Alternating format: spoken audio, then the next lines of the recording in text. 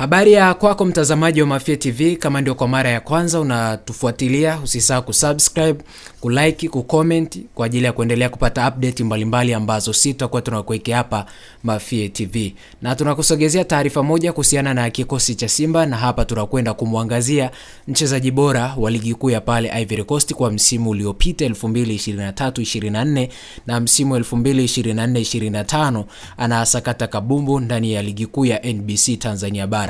Na hapa sio mchezaji mwingine bali ni mchezaji huyu Jean-Charles Ahoua. Kwenye eneo la kuitafuta tuzo ya ufungaji bora, kazi inazidi kupamba moto ndani ya ligi kuu, ambapo wachezaji wamekuwa wakifanya kazi kubwa kutimiza majukumu yao, wakipambania kusepa na pointi 3. Katika eneo la utupiaji mabao ndani ya ligi kuu ya NBC Tanzania Bara, ni Jean-Charles Ahoua wa Simba ambaye ametupia jumla ya mabao 16 msimu huu wa 2024-25 akiwa na namba 1.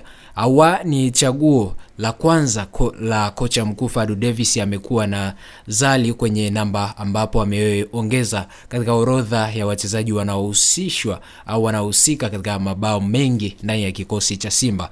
Mbali na kufunga, Ahoua ametengeneza pasi 8 za mabao ambazo zimefanya ahusike kwenye jumla ya mabao 24 kati ya mabao 68 yaliyofungwa na Simba Sport Club. Mchezo ujao wa Simba dhidi ya Kagera Sugar unatarajiwa kuchezwa Juni 22, 2025, ukiwa ni mzunguko wa pili baada ya ule wa kwanza Simba kuvuna pointi 3 ugenini kwa ushindi wa mabao 5-2. Kwenye mchezo huu wa mzunguko wa kwanza, Ahoua alifunga bao kwa kipigo huru, ikiwa ni bao lake la kwanza kufunga kwa pigo la faulu akiwa nje ya 18. Alifunga pia kwenye mchezo dhidi ya Pamba hivyo mabao 2 kafunga akiwa nje ya 18 kupitia pigo la faulu, yani free kick. Juni 25, 2025 itakuwa ni Young Africans ambao ni Clement Mzize na Prince Dube kwenye eneo la ushambuliaji, wakiwa wote wametupia mabao 13 kila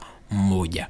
Endelea kusubscribe, kulike, kucomment, kushare kwa ajili ya kuendelea kupata update mbalimbali ambazo sitakuwa tunakuwekea hapa ndani ya Mafia TV.